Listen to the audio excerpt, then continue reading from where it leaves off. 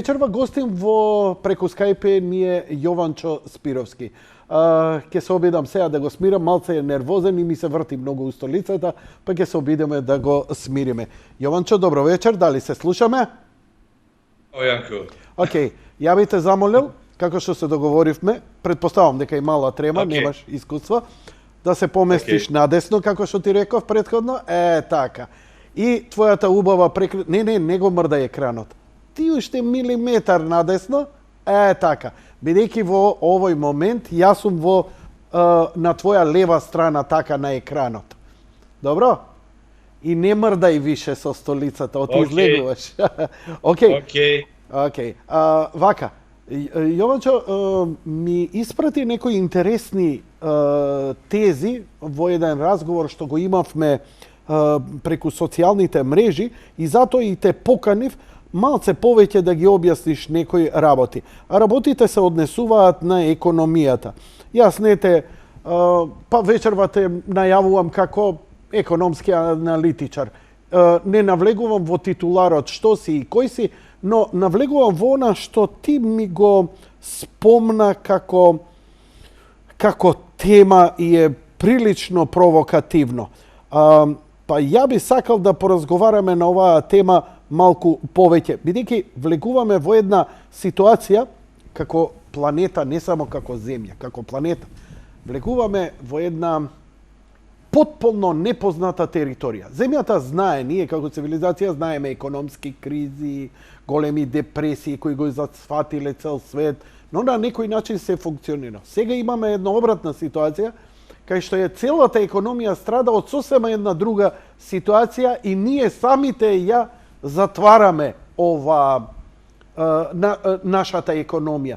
Значи, не се случува пад на берзите, ние предизвикуваме пад на берзите. Не се случува пад на производството, ние предизвикуваме. Немаме воена состојба, а буквално, бидејќи па у воена состојба фабриките работеа што се вика економијата преку времено онаа што беше воена храна и така натаму, затоа што така се преживуваше. Сега имаме една друга ситуација. Ајте молам една анализа како што нешто ми напомна во нашите разговори. Не ја фиксираја столицата, те молам. Да, фиксирај. Навика. Не си телевизиски човек и не ти замерувам, ама нели, мора вака затоа што иначе делува проблематично на екран. Повели. Здраво Македонија прво. Поздрав до сите гледачи. Кратко вертира, по занимање електроинженер, дизајнер, 25 години, значи директно практично во економијата, од кои што 18 години глобално. Само да кажам, кога застанувам преведам од англиски на македонски, да знаат гледачите, зашто македонскиот ми е сепак мајчин јазик. Кога ќе застанувам, преведам. Од исто и на запад и на исток, значи, живеено на запад 8 години, фактички морам да го кажам дека ти и Виктор Трифуновски сте главните виновници што навлегов и теоретски во економијата. Виктор е брилијантен, стварно ме фасцинира. Да, мислам тоа негде веќе е 6-та година е. Само што тука почнав она класично да се, нели, има повеќе школи тамо. Тука прашање зашто има повеќе школи, нели, во физикава тие се Њутонови закони, таа е релативноста, да речам. Вамо има повеќе школи, јас почнав со австриската, меѓутоа кога видов дека не соодветства со реалноста, едноставно дизајнерскиот пристап не дозволува такви луксузи, мора едноставно да се разберат работите и се отиде на едноставно учење на разбирање на системот и тогаш се отворила една цела економија, мислам буквално цел систем. Прекрасно нешто, возбудливо многу. И е многу, тука помага ако се пристапи технички со анализи. Има математика, зборам за висока математика, анализа, временска анализа и фреквентна анализа зборам за термодинамика, не зборам за вадење на проценти и така работи. Тоа беше, значи, прво практично, после теоретски и не се прати ние на школа, него се, уствари мора да се каже од кај се учи, се учеше од едноставно што ќе се најде, да речам, на интернет, ама пристапот, значи, разбирање и најдобри учители тоа се трговците на берзите, трейдерите. Академиците за жал не се. Да беа немаше да бидеме во оваа ситуација. И сакам и тој пристап да го пренесам на гледачите веќе, значи пристапов е да се релаксира, да биде отворен умот, да се потисне на втор степен што досега да речам му се кажувало, него едноставно одиме на фактите и правиме, ги анализираме фактите и сами да дојдеме до заклучоците. Значи не одиме на пример еден погрешен пристап што би сакал веќе да го побијам. Печатењето пари, создава инфлација, златото е пари, пример тоа е втора, невистина и такви работи. Ајде да ти помогнам. На некој начин сакаш да се оправдаш и ставаш во рамки. Нема потреба. Верувај ми, 20 години го работам ова.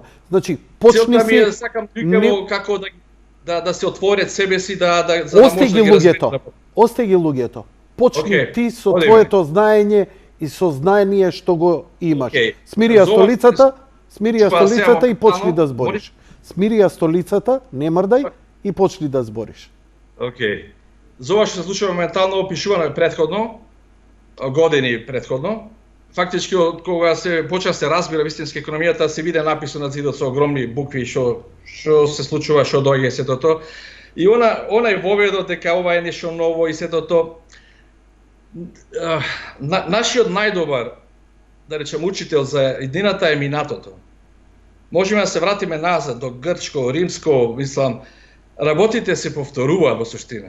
Добро, нијансите може да ќе се променат, актерите дефинитивно се менуваат, меѓутоа основата е таа. И ова сега што се случувало и претходно во минатото, и ние сега треба да сме паметни да го разбериме, за да не дозволиме да завршиме како тие во минатото, него да ги учиме нивните грешки. Тоа кажано, објавени се повеќе текста, ќе одам на 4 текста, што се објавени на Macedonian Business Hub. Последниот е пред 20 дена, криза на централните банки и чекор поблиску до мајката на сите кризи. Не ми го читај текстот, само те молам, туку објасни. Сакам да кажам како да го предова. Ќе почнем од текстот што е објавен во декември 2018. Протестите во Франција поради зголемување даноците се показател за колапсот на социјализмот на Западот. Значи, ова кога се јавија жолтите рици, сега, од тој текст би извел, ево пример, самиот почеток, протестите во Франција, во и други земји на ЕУ, поради зголемување даноците, поради тоа беа, да речем, протестите, пошто поради глобалното затоплување, им го покачи данокот на горивата и се побунија луѓето. Се уште еден показател за колапсот на социјализмот на Западот, кој што само ќе се забрзува, што тоа веќе сега се случува. Овој вирусов, состојбата со вирусов е дел од тоа.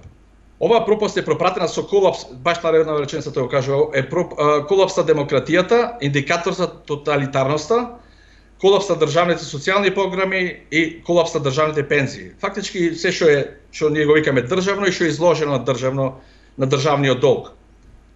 И сега тука луѓе има доста забуна што е социјализам, што е капитализам, што е комунизам и дури уште има тврдења комунизмот дека никога не бил остварен и не знам што, ај сега одново ќе пробиеме. Као прво да се донесе до заклучок, мислам тука можеме да се сложиме дека марксизмот е на тотално банкротирана идеологија. Мислам, кај да била пробана во било кое време секогаш колапсирала. И имаме тука прекрасни примери. Пример Источна Германија, Западна Германија. Некој вика, знаеш, Западна Германија за да што се германци. Дали е точно? Зашто Источна не беше таква? Што беше разликата? Вамо беше комунизам, ова беше, не би го нарекол капитализам, ајде да речем прокапитализам. Кореја, Северна и Јужна, исто. Мислам, имаме, тука нема ништо да предпоставуваме, имаме драстични споредби тука, мислам, очигледни споредби, сега да кажам. Сега, малку да се навлези, да се објасни, значи да се разбери што работава, муабетот. Кратка ретроспектива, значи социјалистичките идеи, најблиско до капитализам била Америка во 19 век, до негде 1913 година. И во тој период, околу 50 и нешто години, буквално Америка го доживува најголемиот економски раст, овој Виктор ти го има кажувано, сигурно, што е невиден, мислам. Прерипај го за тоа, да не се повторуваме. Што значи тоа капитализам што се дешавало? Немало директни даноци. И тоа го знаеме, елаборирано е. Како доаѓаме ние ова, што во моментов се случува? $100 добија 100. И друга поента, државната потрошувачка била под 3% од, да речеме, БДП-то индикаторот. Спореди го тоа сегашните 30 до 50%. На западот зборам. Даноците мислам имали потреба да се кажува директни даноци. Јованчо, ја би те замолил да оставиме историјата, да идеш real time сега. Сакам да илустрирам дека сегова на западов не е капитализам, него дека социјализмот го надвладеа капитализмот. Ако можеме да се склучиме, да се договориме да тоа дојде натаму. Не мора со докази од минатото, туку кажи ги само твоите согледувања и тврдења, тоа го чекам. Сега што се случува? Се случува социјализмов пропагат, економски, како и секојаш. Социјализмов пропагат во суштина од две суштини. Немање економски раст и корупција. Тие се во основа двете суштини. Дали сакаш да го наречеш комунизам, неговата лајт верзија социјализам. Значи она што се случи со Југославија, она што се случува со Европа е уствари корупцијата и пропастот на социјализмот како и секогаш што пропаѓал во суштина. Немање економски раст поради социјалистички мерки, а социјалистичките мерки преведено тоа значи зголемување на даноци. Пример на Германија влезе во рецесија, да речам, избегна за еден ден рецесија прошлата година. Зборам за Германија, тоа ќе се види појасно за, да речам, 5-10 години. На Германија, пример, има 40 и нешто посто даноците се износ од БДП. Тоа нема да се нарече баш капитализам. И сега има и Германија како сака да искористи криза. Секој некако го влече интересов. Што е суштинава? Суштинава е на сегашната криза. Политичариве на западов, тука Трамп го исклучил, Трамп е друга приказна, фактички ќе го дојдеме до Америка. Политичариве на западов сака да ја злоупотребет кризава за да приграбет поќе моќ за себе. Мисле дека ако имат поќе моќ, молам? Како? Едноставно поќе да ги контролира другите. Ма чекај, еве не контролираат. Чекај, Јованчо, они успеа. Го контролираат цел свет политичарите, така? Не пикнаа дома и се ите мадро. Ама тоа е сечење на гранката, мислам, не може, неодржливо е. Значи, и они колку да се расипани, не може да се долку глупи, а и не се. Не мрдај со фотелјата, те молам. За жал, не станува за глупо, можда да најде, првесно станува за неспособност. Пример, ево да се замисли човек е Макрон. Ги има жолти велици на улица, ти правят проблеми и шо преш? Вирус, карантин. И најнаш го нема тој проблем. Дали е вистински тој проблем со вирусот? Тоа е прашање. И сега луѓето ќе почнат, знаете, ама има ваква смртност, има онаква. Добро луѓе, тоа се во ред, се сложувам со тоа. Меѓутоа, прашање е колку се тие валидни податоци што ги кажувате, пошто во суштина тие интерпретираат, пренесуваат податоци што им се сервираат. И тука стравот е најодлично средство за контрола на луѓето. Дали е тоа вистина што така се случува? И на крај на краишта, кога ќе се вратиме назад во историјава, ова не е ни прва ни последна пандемија. Имало претходно, ќе има и наредно. Но никогаш досега не се случило да се затвори економијата. И сега што се дешава, после 2018 што беше кризата, 2008, упорно се внесуваа пари, квантитативно олеснување за да се почне економскиот раст. Никако не функционираше. Се внесува трилиони, зборувам Јапонија, зборувам Европа, зборувам Америка. Никаде инфлација, раст. Кога ќе речам инфлација, мислам за раст на економијата. Луѓето обично кога се спомне инфлација одма има и добра причина што така, меѓутоа не е секоја инфлација лоша. И се трудеа никако. Најнаш дојде Трамп и не направи нешто специјално, направи исто што направи премиер Реган во 80-тите и економијата американска трна. И то по нивната теорија би требало помали каматни стапки да има поголем раст, со поголеми помал раст. Трамп го докаже спротивното, значи теоријава не е во ред.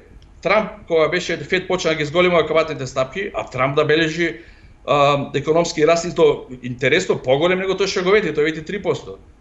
Добро, кога се изедначи толку, меѓутоа имаше тромесечјака што едно тромесечје отиде на 4,2% порастот.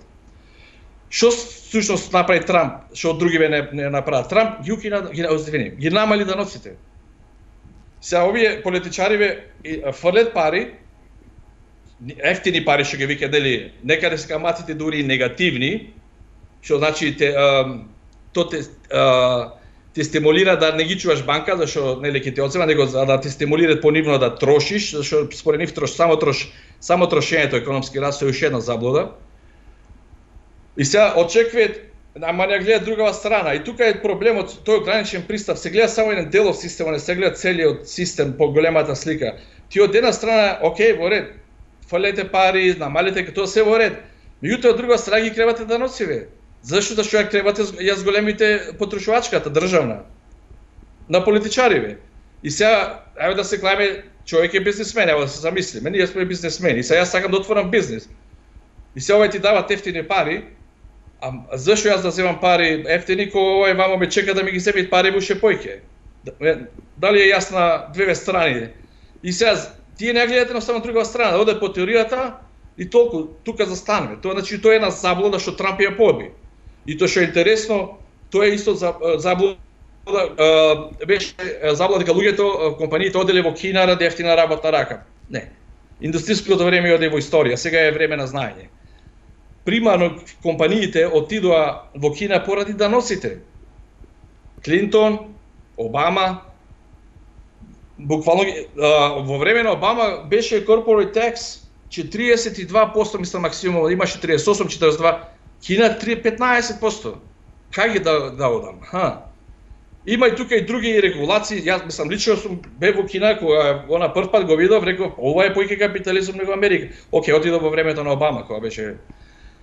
И Трамп во времето кога беше најголем социјализам во Америка. Баш така, баш така. Да, бидејќи владењето на Обама можеме и претходно и на Клинтон можеме да го карактеризираме како Клинтон како почеток еден на социјализмот, Буш не направи ништо скоро можеби да кажам, но Обама воведе тотален социјализам.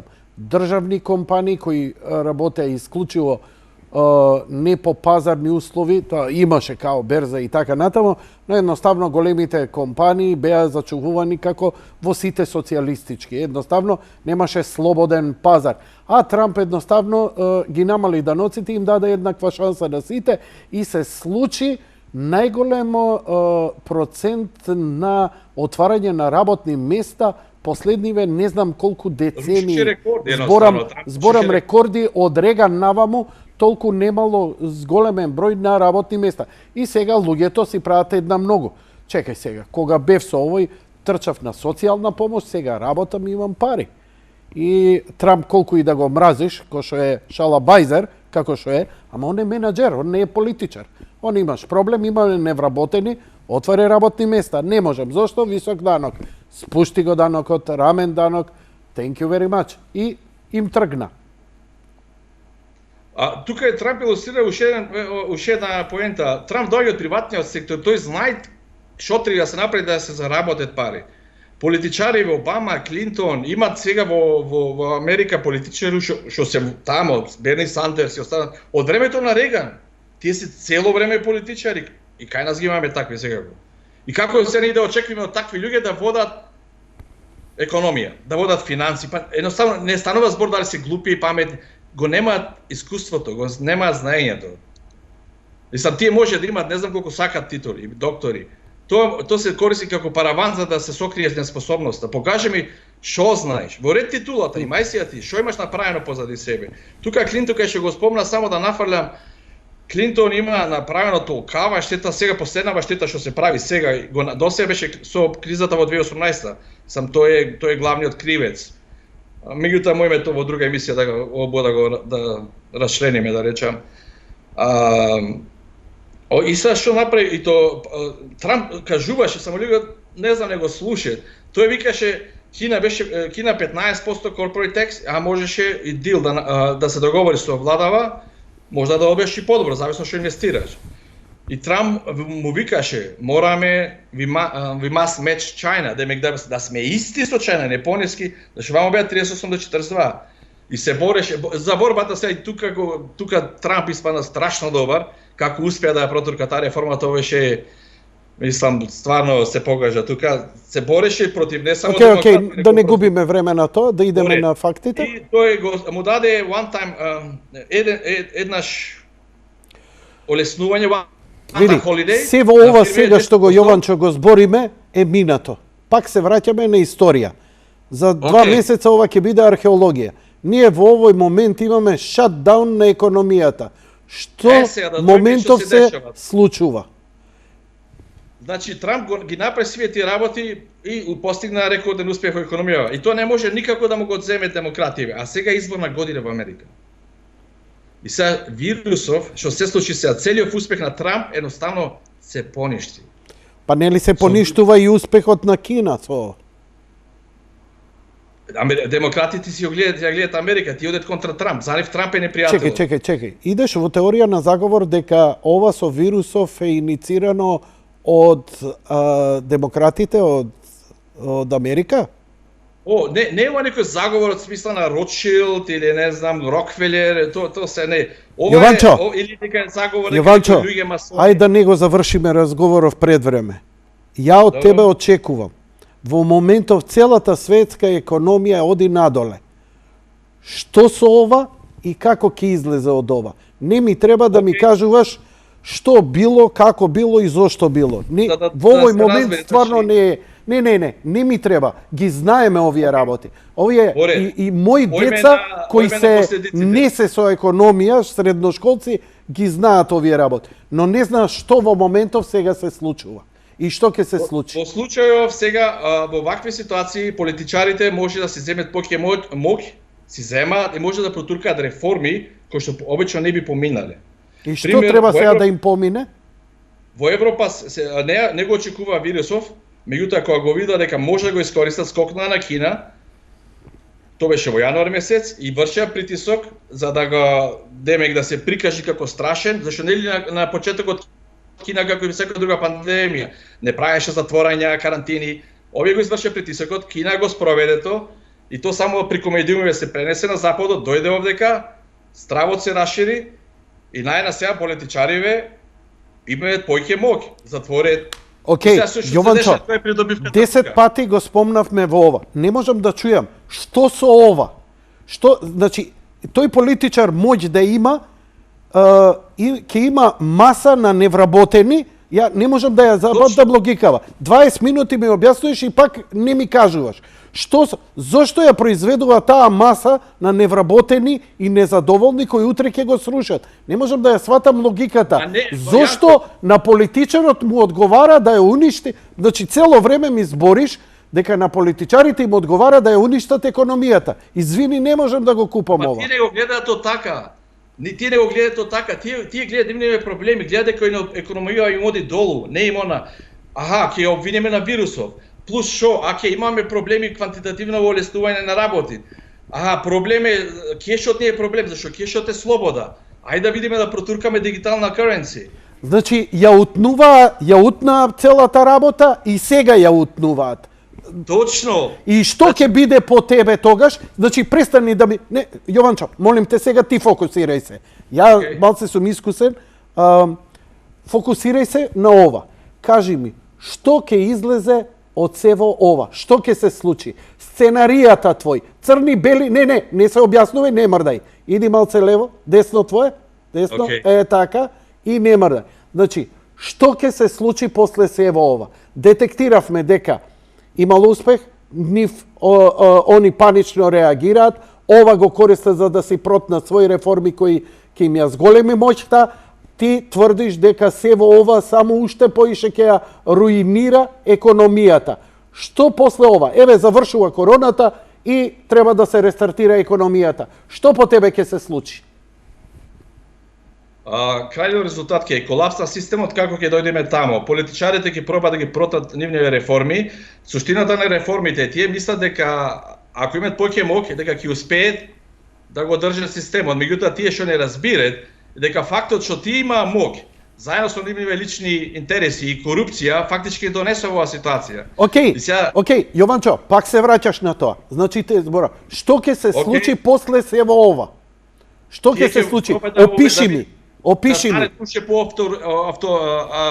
поголем тоталитаризам, контрола да воведат. Добро. Луѓето на тоа ќе возвратат, ќе има цивилни нереди.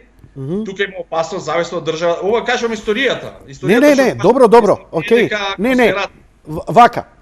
Значи, ако е за историја, не ми требаш, ќе ти кажам фала ти на муаветов до сега, чао. Добро. Мене ме интересира, шпекулира или твое мислење, што ќе се случи со економијата кај нас и во светот после ова? Не месеци, ќе треба години да се достигне нивото претходно што беше. Теоретски, ако сите работи би биле исти, да речам. Меѓутоа, нема тоа да се случи. Европа е прва што ќе оди надолу. Оствари кризата, и ова е пишувано уште пред години, ќе почне од периферијата. Океј, одиме се на кризата. Ова мислам дека е тоа што го барнеш. Долгот, светот е многу изложен на долг деноминиран во долари, амерички долари, пошто доларот е глобална валута. И сега наједнаш економија паѓат, доларов расти, немаш економија да создаваш нова вредност за да купиш долари кој што е поскап, за да го вратиш, оствари сервисираш долгот, а има ти долг што треба да го вратиш, нели, како што доаѓа за созревање. Јованчо, не ми го раскажувај ова. Не ми треба овој податок. Не те викнав за ова. Кажи ми, што ќе се случи? Што ќе се случи после ова? Почнува кризата, банкрот на периферни економии. Добро? Од тука тоа ќе се проектира, ќе оди прво кон централните економии. Имаме три главни кор економии, Што е тоа централна економија? Кор економија, главна економија. Што е тоа главна економија? Што конкретно е главна економија? Пример, Америка со долар е главна економија, таа е најглавна да речам. Европа со еврото е најглавна економија, исто не е најглавна, кор економија, кон која што гравитираат. Пример, ние во Македонија 80% од извозот или во Германија гравитираме кон кор економија. Централна економија. И централна економија е таа што создава најголема вредност и во која што валута си има најголема доверба. Добро, и што ќе се случи? И од тука колапсов на периферните економии ќе се преслика прво во ЕУ. Колапс на ЕУ, што значи тој колапс? Банкрот на владите, исто што е поврзано, значи државни пензиски фондови, социјални. Што значи дека тоа конкретно што вака теоретски и општо, ако може веќе да го прескокнеме, предолго ми трае ова воведов, тоа значи дека државата не ќе може да исплаќа плати? Да. Па кажи го тоа, ја ли да го зборам сега? Ја те викнав ти да го кажеш, не. Фала ти. Јованчо, океј, малку, знаеш како, немаш искуство на телевизија, ја ти благодарам, ама ја малце се осеќам како да сум забар, па сега ти тегнам вака збор по збор. Веќе имав едно интервју, значи не очекува црно сценарио и колапс на севкупната економија во светот, со други зборови, така? Да, само тоа ќе во степени ЕУ, Јапонија и на крај Америка. Повтори уште еднаш што кажа? Значи сега има фази. Фазата првата почна прошлата година со кога америчките обврзници кривата. Не, повторија реченицата, не се објаснува, туку што кажа? Значи сега сме во фаза на монетарна криза, наредна е кризата, мајката на сите кризи што ја викам банкрот на владите, почнува од периферија, се проектира на Европа, Јапонија и на крај доларот која ќе го достигне врвот и кога ќе фати надолу, тоа ќе Америка ќе осети кризата, само не сите исто ќе бидат погодени. Пример, најмалку ќе е погодена Америка. Кина исто ќе е погодена, ама други причини. Најмногу штета ќе претрпи Европа. И распадот е, мислам... Добро. Ајде се надевам дека ќе најдам некој исто соговорник кој ќе ни објасни што значи тоа пад на економијата во конкретно да разбере народот.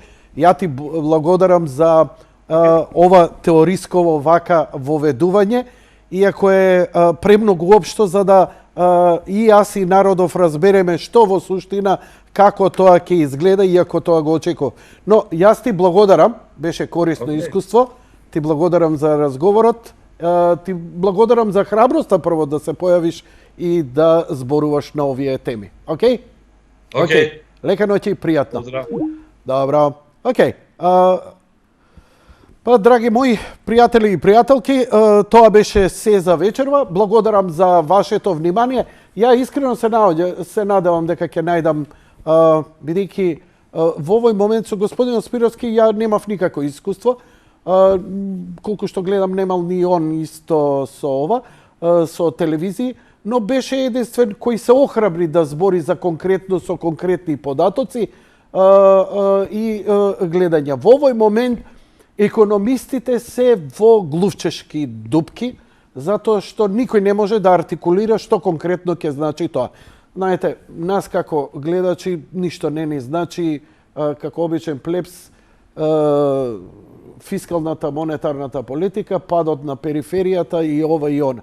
Што конкретно ќе ми значи мене тоа? Што значи, ја треба да најдам некој таков кој ќе означи како ќе се огледува, што ќе се случува, што значи тоа банкротна влада, што значи тоа буквално со описи, што значи тоа кога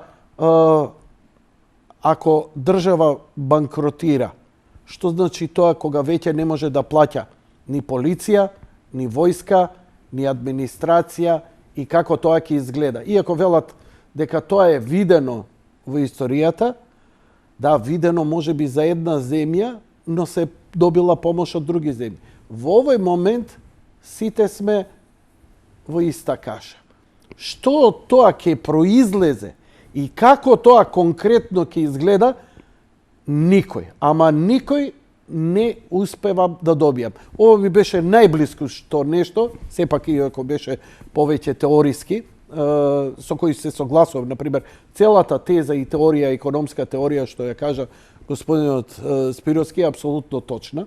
Либералниот капитализам е единствената движечка сила на светската економија. Колку државата помалку се меша во економијата, толку имате подобар живот, подобра економија. Колку имате пониски даноци, толку има поголем економски раст. Се друго, тоа што го зборите, социјализам, правда, ово, она, да, во даден момент може да ви изгледа, окей, сега е супер, но тоа е праудоле, затоа што поинаку функционира економијата. Што не чека? За жал, ја не сум стручњак, иако може многу постручно од сите до сега кои се јавиле да го изразам, но се надевам дека еве некој авторитет, така, дипол економиста ово она, а може би и со Виктор Трифуновски да поразговараме, кој веќе известно време си замина во Соединетите Американски држави. Значи, уште еднаш, бидете ми живи и здрави, добри, а утре вечер ќе имаме уште едно вакво јавување и ќе поразговараме во врска со короната, со болеста и со тестирањето на COVID-19. Лека ноќ и пријатно, драги мои.